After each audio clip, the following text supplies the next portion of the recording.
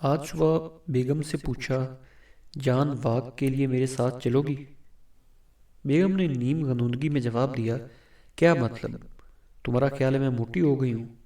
نہیں نہیں، واک صحت کے لیے اچھی ہوتی ہے۔ بیگم: اوہو، اس کا مطلب ہے میں بیمار ہوں؟ میں: قطعاً نہیں میری جان، اگر تم واک پہ نہیں جانا چاہتی تو کوئی بات نہیں۔ بیگم: تو تم یہ کہنا چاہ رہے ہو کہ میں سست ہوں، ہیں؟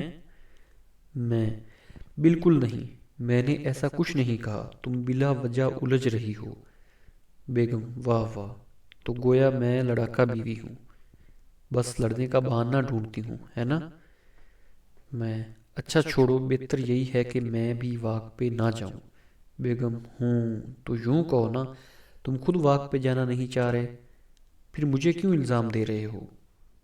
میں: اچھا بابا، تم پھر آرام سے سوتی رہو، میں واک پہ جا رہا ہوں۔ بیگم روحان سے انداز میں: تم ہمیشہ اکیلے ہی ہر جگہ جاتے ہو، تم تو چاہتے ہی یہی ہو۔ اوفو، میرا تو دم گھٹنے لگا ہے صبح صبح۔ بیگم: دیکھا، میں ٹھیک کہتی ہوں، تم خود غرض ہو، صرف اپنی فکر رہتی ہے، میری صحت کا تمہیں ذرا خیال نہیں۔ میں ابھی تک ٹی وی روم میں بیٹھا ہوں، سوچ رہا ہوں واک پہ جاؤں کہ نہ جاؤں۔